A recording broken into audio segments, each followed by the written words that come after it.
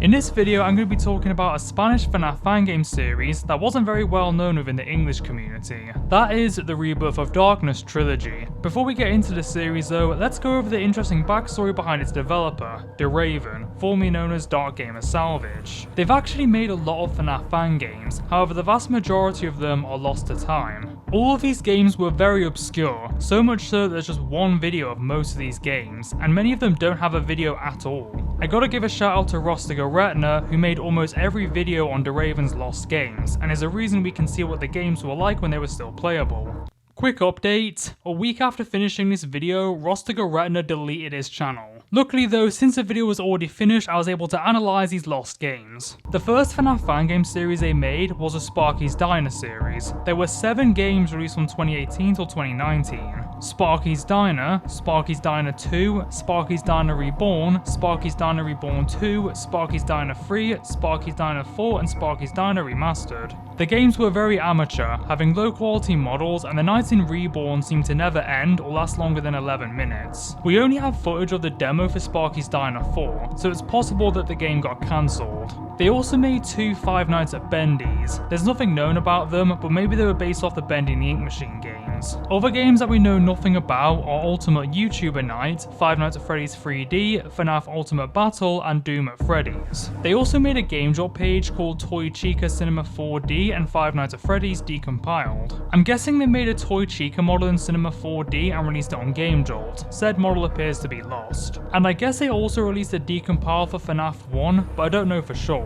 And lastly, they made a FNAF Remastered mobile port, which is interesting. Do keep in mind that it's unknown if these games ever got released. All we know is that a game drop page existed for them. Now onto the rest of The Raven's lost games. Most of them were released in 2019. There was Five Nights at Lara's, which had 5 nights. However, the nights are short and you can beat the whole game in just 9 minutes. There was Five Nights at Jeff's, which looks noticeably better than the previous games that The Raven made. Who knows if the programming got better though. There was also a spin-off series of Five Nights at Jeff's called One Night at Penny's. It had 2 games, both made in 2019. The first game was played by Astonishingly Awesome, and the second was once again played by Rostiger Retner. The first game looks similar to Five Nights at Jeff's, whilst the second game is a FNAF 4 fan game. One thing that's odd is that the second game got released as a demo even though it was just one night. There was one The Raven game that actually got played by the Game Salmon, Five Nights at Crash's, which was based off the Crash Bandicoot games. It was released in 2020. This also got a very big graphical improvement over the other games. There was actually a sequel that's a lot more obscure called Five Nights at Crash's 2. And lastly we have Dark Knight. No, it has nothing to do with Batman. I mean Night is in Five Nights at Freddy's. There were 3 games all released in early 2019. There is no footage of the first game, we do have footage of the second game and the third game, which is a remaster of the first one. The games had motion sensors instead of cameras. By the looks of it, these games are what inspired the Rebirth of Darkness series, which kinda explains the title. Some of the characters in Dark Knight would also later appear in the Rebirth of Darkness. Anyway, let's finally talk about the Rebirth of Darkness. I'd first like to say that the exact release dates are unknown because the games are all moved to one game drop page on the 26th of May 2023. But I do know what was likely the release month. The first game was released as a demo in November 2020 and the full game was released in February 2021. The demo is now lost. It's mostly the same as Night 1 in the 4 game, but it looks slightly different. You can play this game in English, Spanish or Portuguese. It opens with a news article saying that Dark Fantasy World is opening a new restaurant and needs a security guard to watch the place. The first installment of the series is not very good. It's basically just a poor FNAF 1 and 2 clone, but instead of the mask you have to turn off the lights, which makes you unable to see.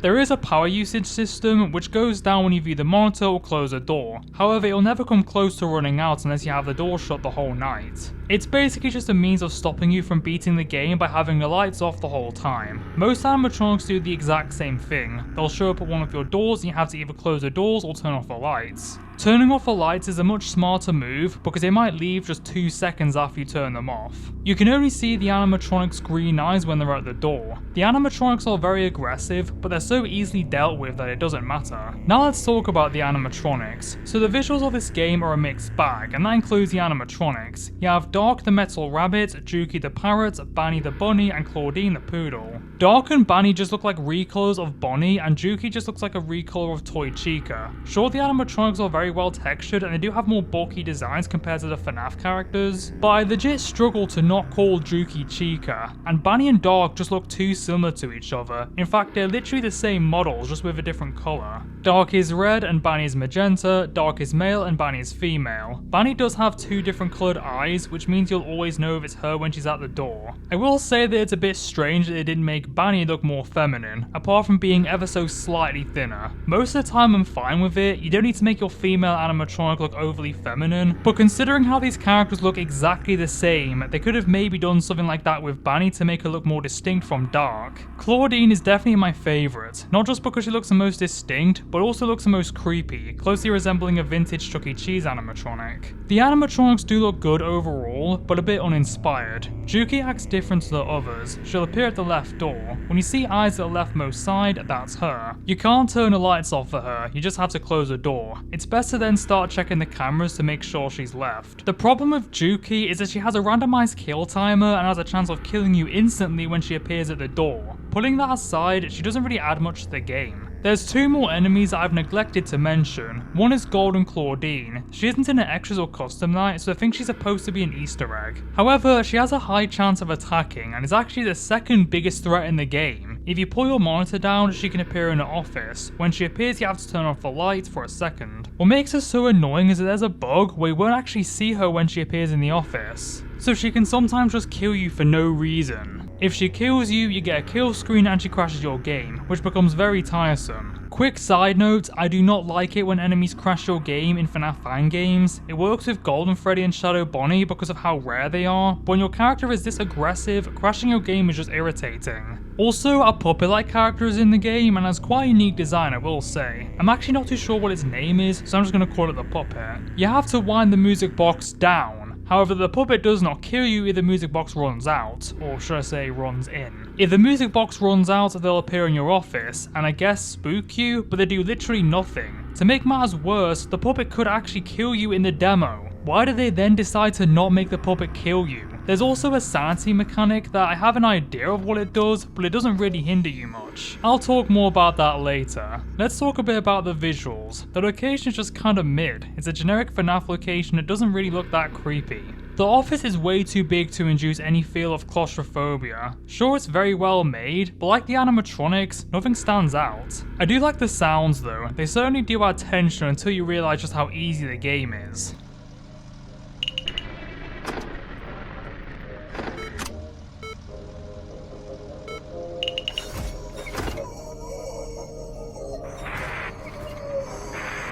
What I do like about the visuals though are the hallucinations. The hallucinations make an unnerving sound and they flash rapidly on your screen. I think your sanity being lower makes them appear more, but it just kind of annoys you and doesn't really do anything. Cam 2 in the office can sometimes change to a very hellish and a bit gory looking room. I really like the idea of having the rooms change from ordinary to something truly sinister. I rarely ever see this get utilised, it's nice to see it used here. There is a bug where if you get this in the office, you can't see if the doors are closed. Maybe this was intentional, but it does cause issues, so immediately pull up the monitor if this happens. Another thing that bugs me about this game are the game over screens. They look amazing. When you get killed, it either shows blood on the floor with an animatronic looking over, or a really disturbing image of their eyeless face staring right at you covered in blood and has guts hanging out of their eye sockets and mouth. Unfortunately, it is ruined by them having voice lines. It's not my fault that you disturb.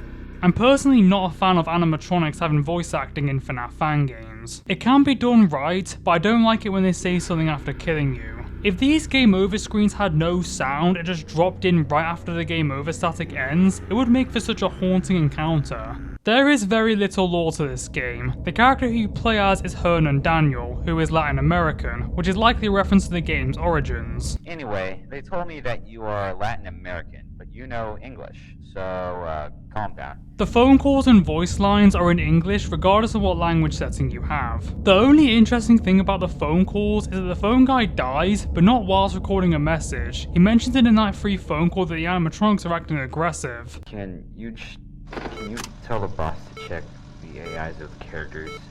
They behave very badly and aggressive. Then in the Night 4 phone call, you get an evil laugh.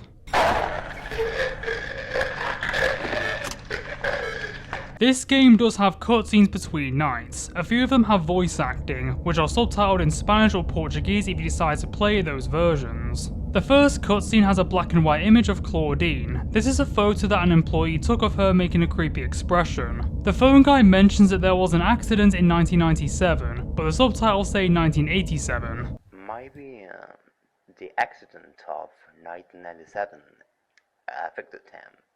It may be. I don't know if that was a typo or the voice actor said 1997 by accident, but I'm guessing it's 1987 as a reference to the bite of 87. The Night 2, 3 and 4 cutscene each show an animatronic revealing that a body is inside them. They get up and walk off. In the Night 2 cutscene it's Dark, on Night 3 it's Juki, and on Night 4 it's Claudine. The cutscenes each end with a unique sentence. On Night 2 it says, "Why do you do this to us?" On Night 3 it says, "The demon will kill you." And on Night 4 it says, "Why did you do this to us?" again, for some reason. The Night 5 cutscene starts from the perspective of someone in the hospital who is about to die. Then you get a cutscene of the same guy in the Night 1 cutscene talking. Boss, I have another proof that animatronics move. They should call in a terrorist to give Tim Syllabus an idea of what is happening. Well, the theorist is here to solve a problem, and I don't think there's much to go off by. It seems that there were 5 murdered children who possess the animatronics: Dark, Juki, Bunny, Claudina, and the puppet. It says in the cutscenes, "Why did you do this to us?" So maybe this took the pre-FNAF 2 route and made the killer be the protagonist, but they might just be talking to the player. The person who dies in the Night 5 cutscene is probably the bite victim, who was bitten by Golden Claudina, and maybe possesses her after their death. But that's just a theory. Game theory. After the Night 5 cutscene ends, you get a paycheck revealing that this game takes place in the future, in November 2025. After that, a custom night is unlocked. After you beat the custom night, you get a letter from the company saying that you were fired for tampering with the animatronics and a bad smell. So that's the Rebirth of Darkness. This game does have some unique elements to it and is well modelled, and is a good setup for a potential sequel. But it's overall just a boring game that could have done more with its concept. I think the game should have toned down the animatronics' aggression, but made it so that you have to use the cameras more. This would have made it more engaging since the whole gameplay just revolves around Juki and everyone else is a complete joke. You know your game is too easy when the second hardest enemy is literally an Easter egg. Overall, I wouldn't say this game is terrible, but I do feel like it could have been a lot better. The first game went under the radar both in the English and Spanish community. However, when its sequel came out, it became quite popular within the Spanish community after being reviewed by Fangames 200. This led to the first game becoming popular too. The Rebirth of Darkness 2 was released in July 2021. This had the FNAF 2 narrative, where Dark Fantasy World is reopening with new animatronics. Unlike FNAF 2 though, this is a sequel to the first game, taking place during January 2028. In this game you play as Lisa Brazelli. This time you get to set the dubbing to English or Spanish, so the phone guy and the animatronics voices can be in Spanish. Mierda. Hola. Bienvenida a la nueva reapertura de Dark Fantasy World, donde la fantasía y la diversión cobra vida, bla bla. However, there is no Portuguese dub for some reason, but you can set the text to be displayed in Portuguese. This is better than the first game in many ways, but in some ways it's worse. It once again has the doors and the mask. This time you literally do have to wear a mask. However, it does subvert this formula. There is not 2, not 3, but 5 doors you have to close, 2 on each your left and right and 1 in front of you. There is also 4 masks. When you wear a mask, your oxygen goes down. When someone enters your office, you have to wear a different mask depending on who attacks. That's certainly a unique twist on the mask mechanic. Sadly though, it all fails and it mostly comes down to one aspect. The animatronics AI is so goddamn tame. You might only have to use a mask once or twice on night 4. Additionally, when an animatronic appears at your door, you literally have to close it for just half a second. Way to waste a good idea. If the animatronics were as aggressive as they were in FNAF 2, this could have been on par with FNAF 2, which I believe is a good game by the way. The animatronics designs in this game is a big improvement. You have the toy animatronics and the withered animatronics. I do like that the toy animatronics have cosmetics and patterns on them. They made Bunny more distinct from Dark. They look less intimidating than the first game's counterparts, but they do make up for that with their pretty cool designs. There's also 2 new animatronics introduced. There's Toy the Benzo, who is like a blue Juki with a guitar, and Zero the Cat, who certainly looks the creepiest out of the toy animatronics, resembling Withered Candy from FNAF 2. The withered animatronics look terrifying, Withered Dark is missing an eye and arm, Withered Juki is also missing an eye and both arms, but also has no jaw and the other eye is hanging out. Withered Claudine is missing both arms, one eye and has a glowing eye, and Withered Banny is missing a face and her endoskeleton head is mangled beyond repair, and is also missing an arm. These look more like Ignited variants than Withers. The Withers are actually the same animatronics from the first game. Before I get to what each character does, I'm gonna say that I'll be labeling the doors from left to right as door 1 through 4, and the door in the hallway is just the hallway door. Toy Dark attacks from door 1, Toy Juki attacks from door 2, Toy Banny attacks from door 3, and Toy Claudine attacks from door 4. All work the same except for Toy Banny. When you see them at the door, you have to close the doors. However, Toy Banny is immune to the doors. She'll usually just leave without you actually doing anything, so she might be bugged.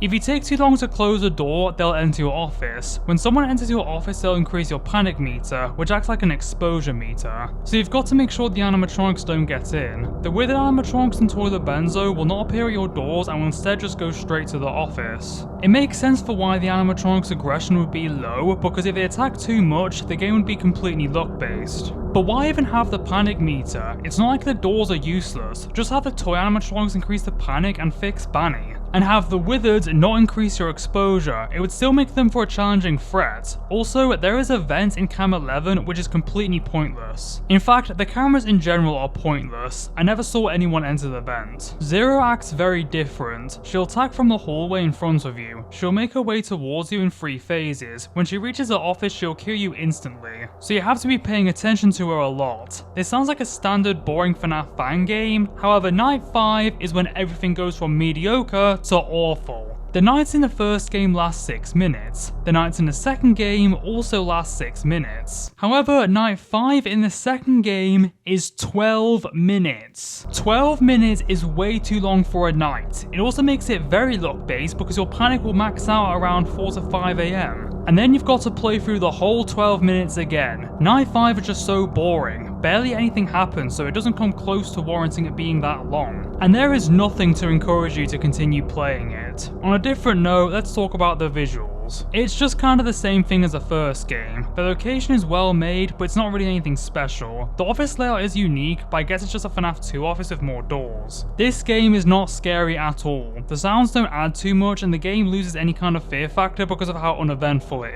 is. You do get hallucinations similar to the first game, which are pretty good, and during the jump scares, the animatronics are covered in blood and the office turns into this hellish room. You can hear yourself getting crushed during the game over screen, which is grim.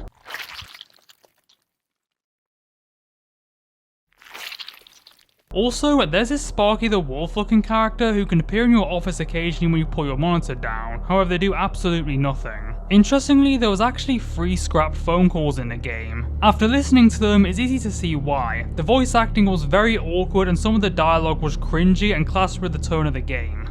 As you can see, you have a button at the bottom. Hover the mouse over it to open the monitor and vice versa. Wait, a mouse? Don't you just use your hands? As you can see, you have doors, but it is optional to close them. Why not keep them closed all night? But they consume battery. Oh, makes sense. And most importantly, the masks. As you can see, you have a series of buttons. Hover the mouse over them to put on one of the masks. They do not consume energy, but they remove air. Be careful with that. Again with the mouse. Is someone trying to break the 4th wall? There was a different person phoning you on night 3 because a phone guy got sick, or maybe he got murdered and they tried to cover it up. I'm filling in for the normal guy who was off sick or something, but they left me with this paper. The in-game night 1 phone call is very typical, but the phone guy does seem a bit overly joyful. Its structure is very narrow and does not let a lot of air pass, with which you could be suffocated. In the night 2 phone call, he mentions that the animatronics are satanic. Cases of satanic cults have been reported in the animatronics. Yes, it is quite rare, but we think they just want to attract attention. Who knows? In the night 4 phone call, the phone guy dies. This isn't built up at all though, he just gets killed as soon as the phone call starts.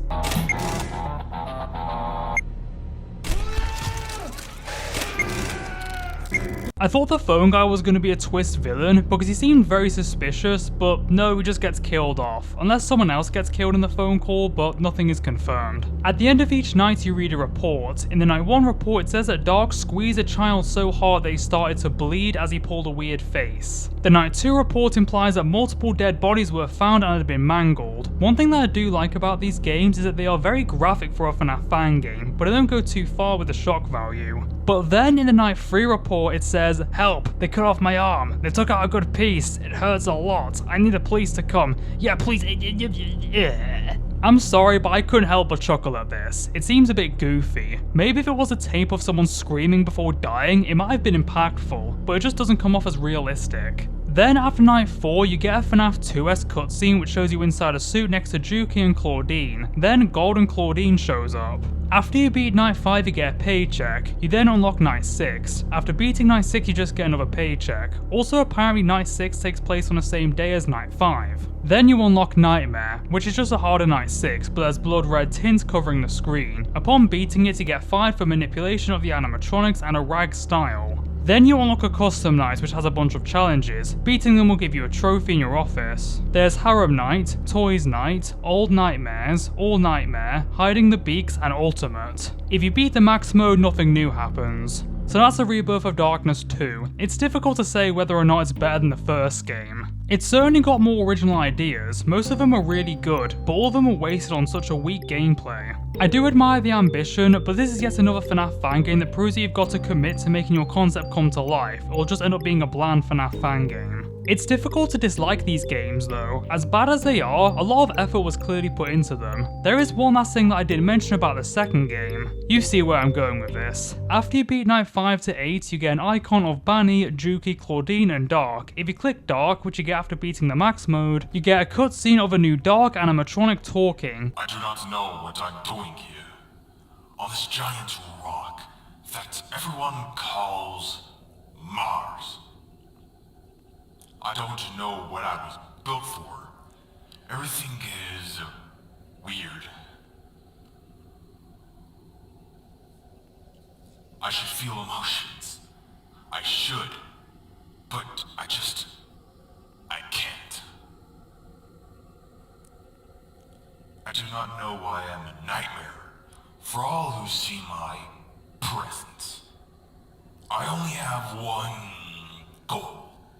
And that is to go to my home that everyone calls Earth."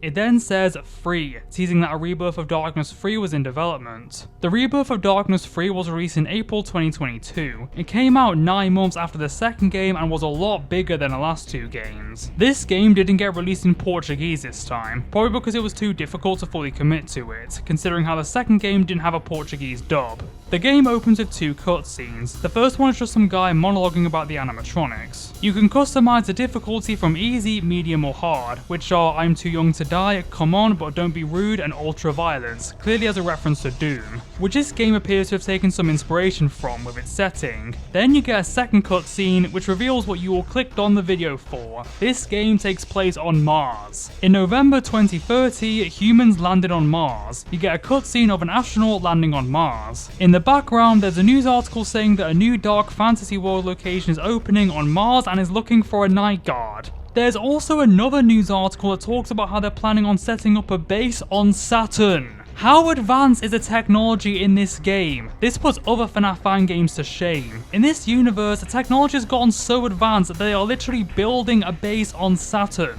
It is not physically possible to land on Saturn as there is no solid surface, and you'd be crushed or vaporized if you entered its atmosphere. So the technology is so advanced that they can bypass Saturn's gravitational forces and extreme weather conditions and make a base out of some newly discovered material that can stand the violent nature of Saturn. Also, does that mean that they've reached Jupiter as well, since that's closer to Earth? Maybe the technology is advanced enough to get through Saturn's atmosphere, but not Jupiter's yet. So I'm guessing this game takes place well after 2030, because the implications of there being a pizzeria with animatronics on Mars means that there's got to be civilization on Mars. Or maybe Mars tourism is a thing and that's just one of the things that they have there, which I don't buy, because that means someone is literally moving to Mars for their job.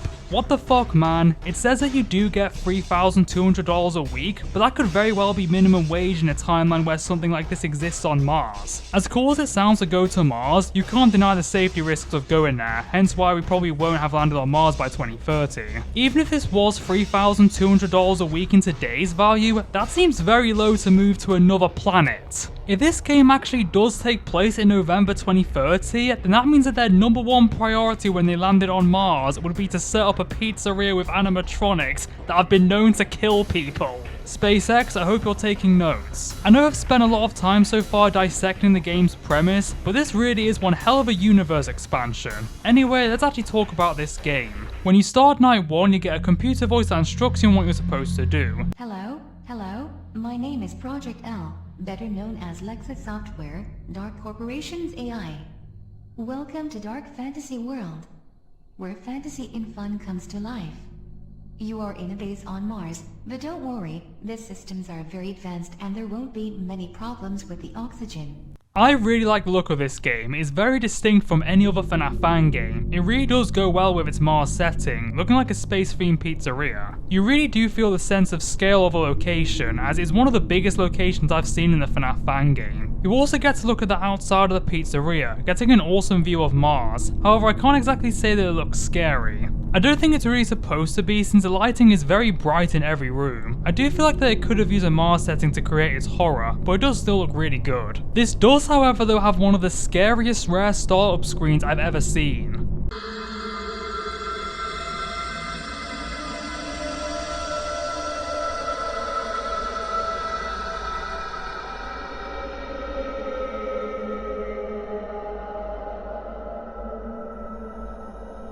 This game has a 360 perspective in both the office and the cameras, which helps you get a good look at the place. However though, the cameras are completely useless. There is no reason to use them at all. There is a lot more mechanisms though. There's 4 entrances to your office, there's 3 hallways, one in front of you and one on your left and right. No one ever attacked me from the front though, so I think it might just be there for decoration. There's also a ceiling window which I didn't even know was there until night 3. There's a shutter on the left and right hallway and the window. There is a lever on your left, right and center to close a door. The one in front of you closes the window. If you see someone in the hallways or window, you have to close the doors. You have a power usage which goes down when you have a door shut. If it runs out, you have no means of defending yourself. Someone might get past the doors and enter your office. If they get in, you have to hide behind the counter. When hiding, your fear will increase. If it gets too high, it will become very difficult to see. There's 2 monitors. The one on your left is where you view the cameras and the one on your right is a virus detector. Every once in a while, you'll get a Trojan dropper, which will hinder you in some way. You'll get them more often on later nights. One is battery kill, which drains your battery until you kill the virus. Another is door trolling, which will open and close the doors randomly. And pop-up, which makes these pop-ups appear that will stun you for 5 seconds. They say that a female animatronic is in a certain distance away from you, clearly reference the pop-ups that you'll get on porn sites. You press X to close the pop-ups. There's a bug where sometimes if you press X, it will close a pop-up without waiting. You have to press Z on the monitor to activate the antivirus. The animatronics are the Martian animatronics, who look a lot more advanced than the first game's animatronics. They look kinda like the Glamrocks, but a lot more sinister. Dark, Juki, Claudine and Labenza make a return as their Martian counterparts. Dark and Juki can appear at your doors. Sometimes they'll walk into your office. If they walk in, you have to hide behind the counter and look away from them. Sometimes this won't work though. I don't know if it's because you have to look in a specific direction, but it's kinda broken. I looked at the cardboard box on the floor and that did the trick most of the time. Luckily they'll only enter your office once or twice a night. Claudine will appear in your office on the right. You can't close the door on her, so you must hide behind the counter. Your screen will fade to black for a second when she leaves. I don't think I ever saw Labenza. I went back through the gameplay footage and I never saw an encounter with her. I'm guessing she either appears at the doors or does something that involves you looking at the cameras. There's a bunch of new characters that are introduced. One is King Fox. I think his name is pretty self-explanatory for what he looks like. He does the same thing as Claudine, although he'll kill you quicker, but he also leaves quicker. There's Goldie, who is a black bird animatronic who becomes active on night 4. She blocks you from viewing the cameras, which would have been an issue if you actually needed to look at the camera. There's Mako and Darylyn. I'm not sure what they're supposed to be. Darylyn might be a red panda because she has a stripy tail.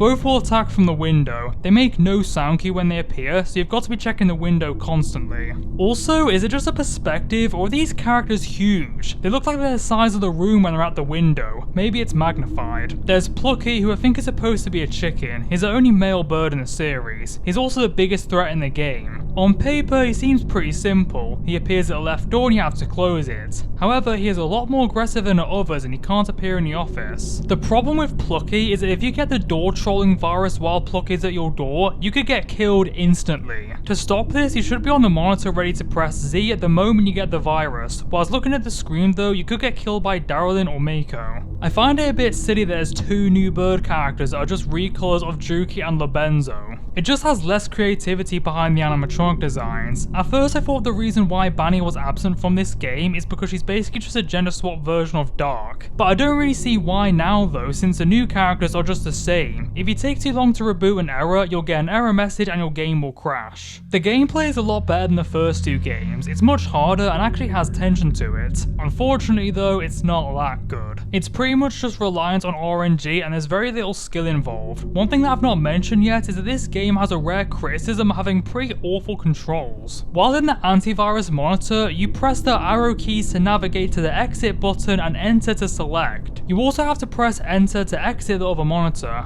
This is really annoying because the arrow keys and enter are right next to your mouse, assuming you're right-handed. But you need to press X and Z too. This makes exiting the monitors a pain in the ass. Why not just use the mouse to select and exit? You've just gotta hope that you don't get a virus at the worst time. That's basically what the tension just hinges on and not much else. I'll take it over a game that's boring as paint drying, but it's still not very good gameplay wise. It's mainly intense because of how easily you can get killed, but I guess that's something. Like the previous games, it has some really chilling hallucinations, which are of the protagonist in a spacesuit. Also, the game over screen is gruesome. You see your bloody skeleton after being eaten by the animatronics. There are other aspects of this game outside of its gameplay. There's a minigame that you get at the end of each night. There's also these death minigames that you can get. I only got one of them though. So either the minigames are very rare or there's only one that you can get. You play as Dark and you're in a room with blood everywhere. You then end up in this hellish looking room and a puppet appears. Then the puppet jump scares you and gives you an error message and then the game crashes. In the minigames, the rooms are pitch black, only being lit up by your character walking around. In the night 1 minigame you play as Juki. It's very difficult to know where you're supposed to go at first because you can't see a thing. However, in each minigame you go to the same place every time. You'll then get some dialogue from the animatronic you played as previously each time before the puppet pops up on the screen and ends the minigame. In the night 2 minigame you play as Claudine. This minigame reveals that the minigame takes place on Mars and the animatronics have the ability to detect if something came from Earth. You play as Claudine again in the night 3 minigame. In these minigames you appear to be investigating a dismembered body and at the end you see a puppet-like animatronic. I'm guessing that whoever died here possesses a puppet. On night 4 you get a very different minigame. At the start of night 4 the computer tells you that there has been an issue with the oxygen tank. Hello.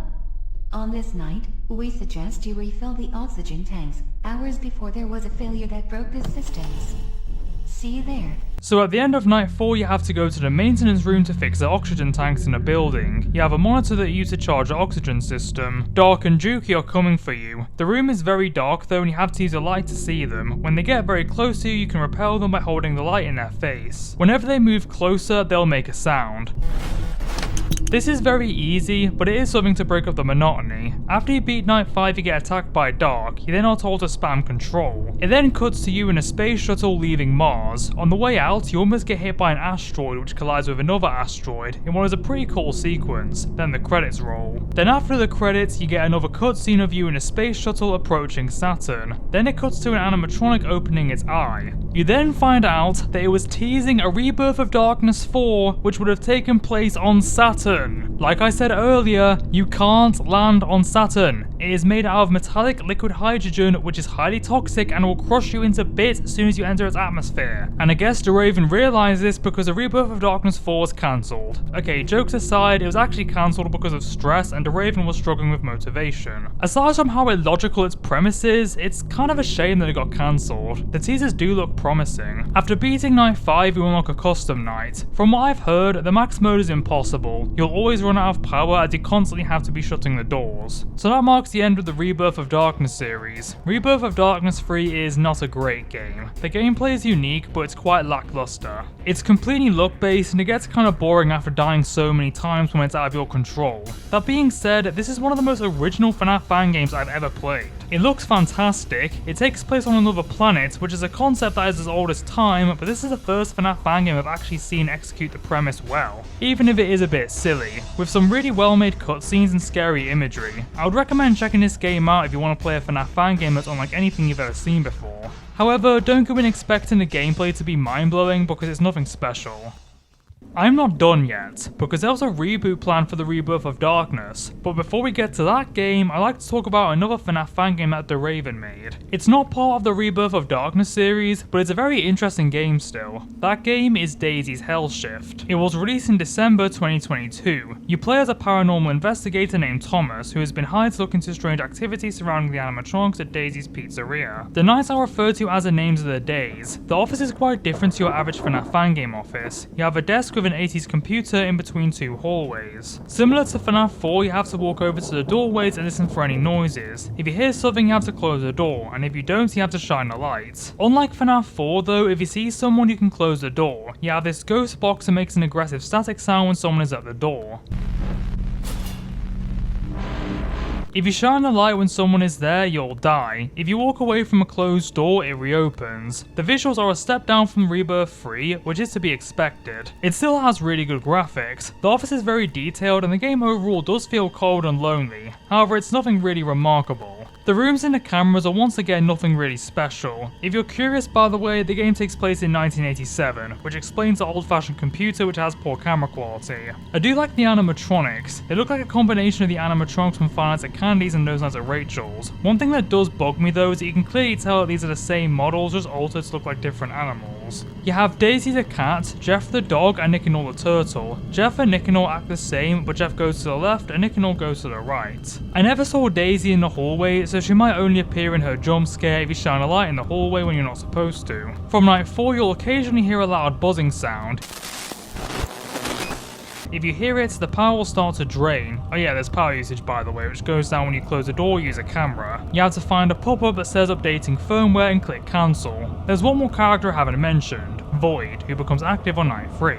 It's like Blank if he was a cat. They're noticeably withered and have no ears and a red eye. Void acts very differently. He'll be in cam 1. They'll slowly leave the camera. Once they leave, they'll try to get to you through the vent. On the right, you have a vent. When he leaves cam 1, he'll be in a vent. You have to go over to the vent and close it. You should always make sure that he's left the camera, as if you sit at the vent waiting for too long, you might get killed by someone else. In the night 2 phone call, it is mentioned that Void was brought in to catch intruders and report them, following an incident where thieves broke in to steal animatronic parts. However though, Void would kill the intruders instead of reporting them. There were two people who tried to steal our technology, so we had to look at the cameras. We found Void. We had activated him after we closed the place.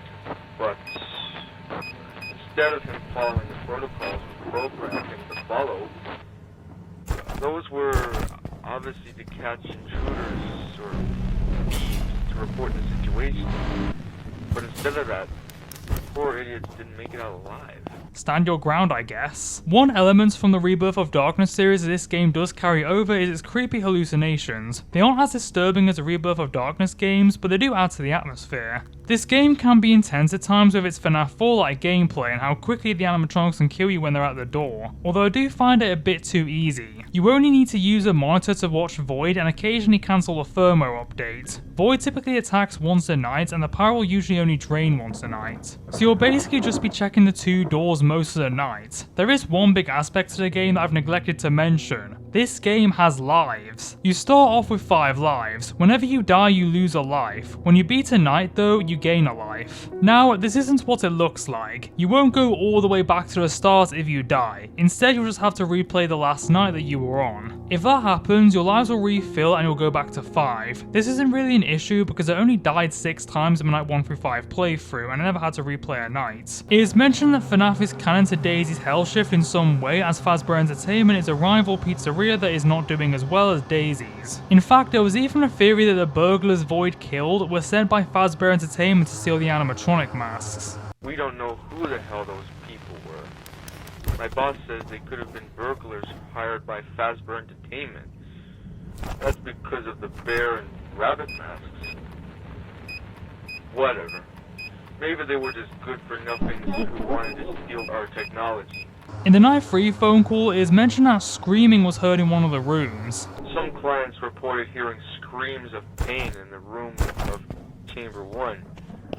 Very strange. In the Night 4 phone call, it is mentioned that a rotten smell has been stinking up the pizzeria. After each night, you get a minigame where you walk around the pizzeria looking for clues. You get these notes from John Mansell, the designer of the animatronics, who's going mentally insane from the pressure of having to create perfect animatronics. In the Night 2 minigame, you find a note from John's brother, George Mansell, who is worried that his brother has become egotistical and fame-driven. There's another note from John which mentions that he was using a sphere to improve the animatronics. In the Night 3 minigame, you'll find a note from Lisa Bryan where she talks about how she was attacked by an animatronic. Another note is by George Mansell where he expresses hatred towards the animatronics and thinks that they're dangerous. In the Night 4 minigame, you just get two of the same notes from the previous nights. Boring. If you stay in the menu for too long, you'll occasionally get a cutscene of John Mansell at his desk. He talks about how he can't control himself, then a demonic animatronic appears and the cutscene ends with text saying he kills. In the Night 5 minigame you do get different notes. One is from Bob Karen who complains about how scary the place is.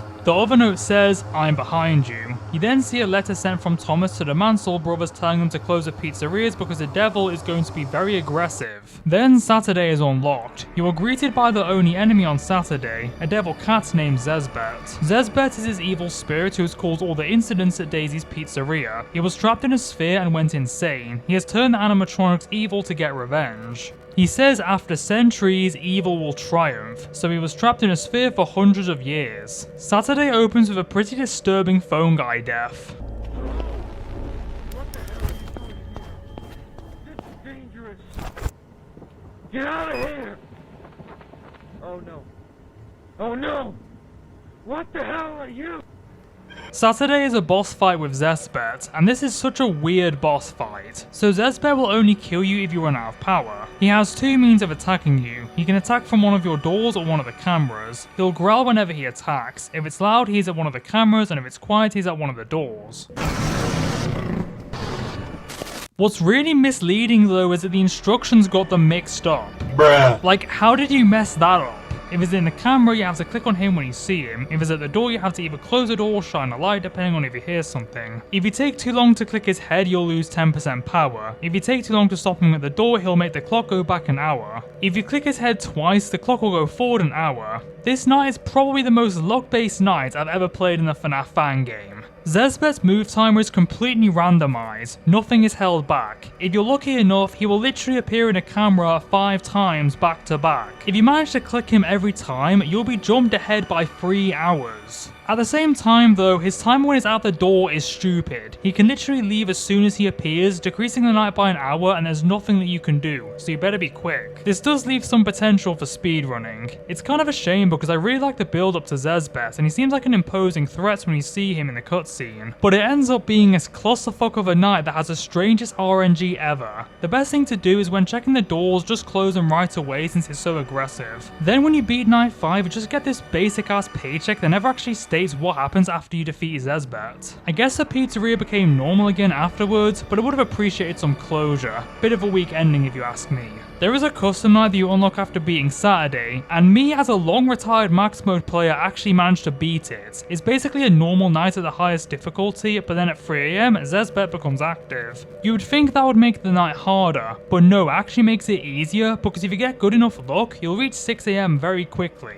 So that's the end of Daisy's Hellshift. I do feel like this game was rushed towards the end. Like, no offense to anyone involved in making the game, but there were 7 testers and did any of them realize just how broken Saturday was? And there not really being a proper ending just kinda left me unsatisfied. That being said, this game is actually alright. It's nothing special, but it's solid enough experience. It did have a compelling mystery aspect to it that though it did lead to disappointments, it did keep me interested. And the gameplay, while simple, is pretty fun and it can be intense at times, and it is refreshing to see a game that looks this good being made in just a few months. In May 2023, DeRaven began working on a reboot of the Rebirth of Darkness, as he was unhappy with the first 3 games looking back. This would be made in Unreal Engine, as the previous games were difficult to make in Click Team, which yes, by the way, the Rebirth of Darkness 3 and Daisy's Hellshift were made in Click Team. And yes, the optimization was pretty bad. This would take inspiration from all the Rebirth of Darkness games. The game was being co-directed by Meiko Haya. It was going to be released in English and Japanese. On the 5th of February 2026, after a year and a half of no updates, DeRaven announced that the game was cancelled due to motivation loss and him not liking FNAF anymore. However, he has given ownership to another person whose name was not disclosed in the post. Before I conclude, I'm going to rank the Rebirth of Darkness games from worst to best, and I'll include Daisy's Hellshift because why not? Number 4, The Rebirth of Darkness. I ultimately decided that the first game is the worst. It's the most boring since nothing really happens and there's only one enemy who poses an actual threat, and they don't make the game much better. The graphics are good, it has decent cutscenes and it is capable of being scary, but overall it just doesn't have much to it. Number 3, The Rebirth of Darkness 2.